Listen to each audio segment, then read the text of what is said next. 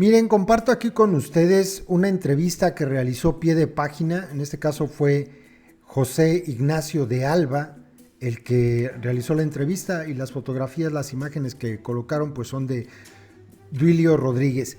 Es una entrevista muy interesante porque me parece que con los ejemplos que da quedaría perfectamente claro la diferencia entre gobierno y Estado. Y ya van a ver entonces cómo el Estado se tiene que hacer responsable de todo lo que hicieron los otros gobiernos. Asumir sus éxitos, si es que hubo, asumir sus obras, si es que hubo, pero también asumir los errores de los otros que estuvieron en el gobierno. Y en este caso, pues habla sobre la violencia. Dice el artículo, la entrevista: cuando uno habla de problemáticas, Javier Sicilia escala y habla del Estado. Cuando uno sube de peldaño y habla del Estado, Sicilia habla de ideologías. La conversación con él discurre entre las armas y los problemas ideológicos de nuestro tiempo. El poeta de 63 años se define como un hombre profundamente anarquista. Es, sobre todo, un humanista radical. En marzo de 2011, después del asesinato de su hijo Juan Francisco, Sicilia encabezó una serie de manifestaciones que le dieron voz y rostro a miles de asesinados y desaparecidos que habían permanecido silenciados en la mal llamada guerra contra las drogas. El movimiento por la paz con justicia y dignidad plantó cara al gobierno de Felipe Calderón, quien fue incapaz de dar respuesta a las víctimas. Javier Sicilia nos recibe en un jardín que forma parte del condominio donde vive, y desde este momento hasta que nos despidamos no dejará de fumar. Le pregunta en este caso José Ignacio de Alba: han pasado 8 años y 3 presidentes. ¿Qué diferencia hay del país que tú caminaste al país que hay ahora? ¿Es igual? No más que sus problemas son más profundos. ¿No hubo una conciencia plena de lo que se vivió en ese momento? La gente está dentro de este sistema, necesita comer, no puede movilizarse eternamente, no pueden vivir una protesta eterna, la gente tiene que comer, tiene que seguir viviendo. Hasta ahora ha habido movimientos y movilizaciones fortísimas y no hemos logrado casi nada.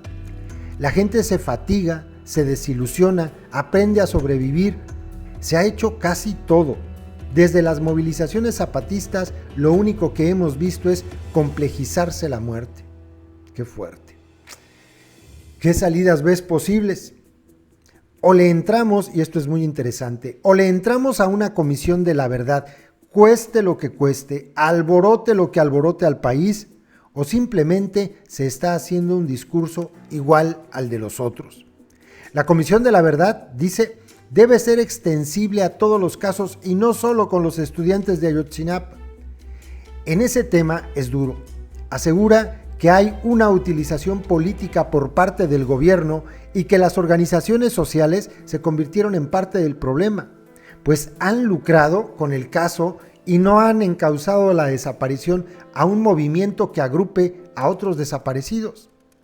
Sicilia ha sido crítico de Andrés Manuel López Obrador desde 2012. Es algo parecido a una relación amor-odio. El poeta reconoce en el presidente que es un hombre grande, tenaz y bien intencionado, pero también asegura que es un hombre inculto, que tiene paradigmas viejos y que nos lleva directo a la próxima decepción nacional. Al final admite: me cae mucho mejor que toda la runfla de políticos que tenemos. Y le preguntan: ¿el gobierno de López Obrador está revirtiendo la violencia? No, tenemos más muertos. Los muertos de Andrés Manuel ya son casi 30,000.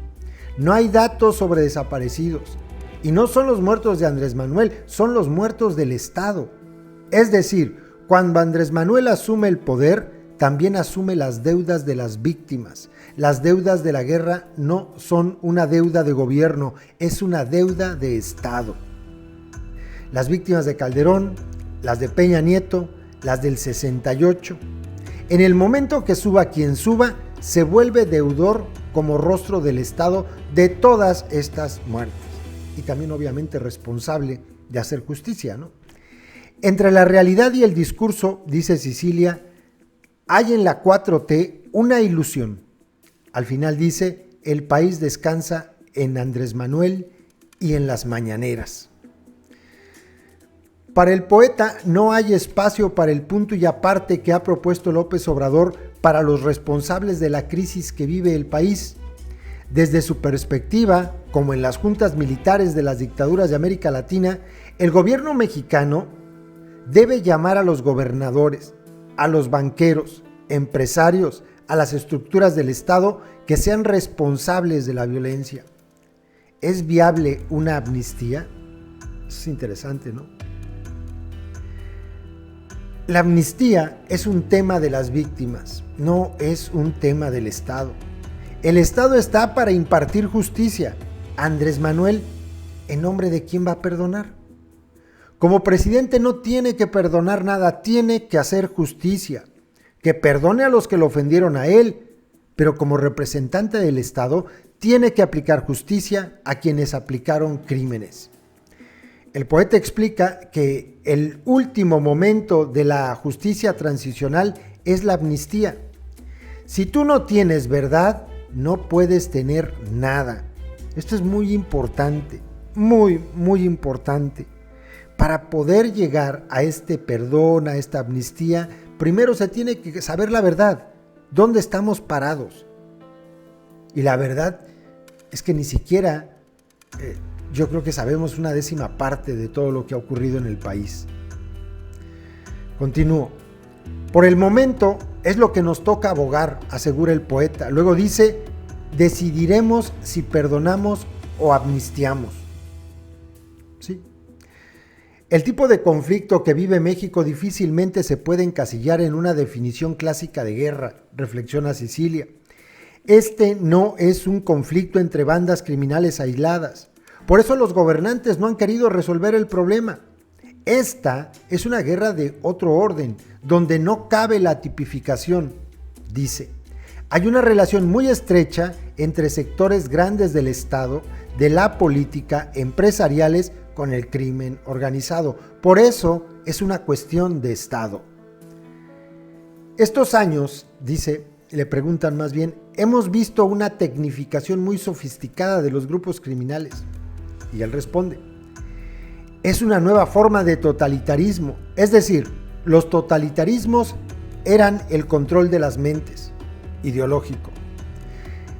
Este es el control del dinero, es un nuevo paradigma, ya no hay ideologías, las ideologías se borraron, ahorita se lucha por el control de los territorios.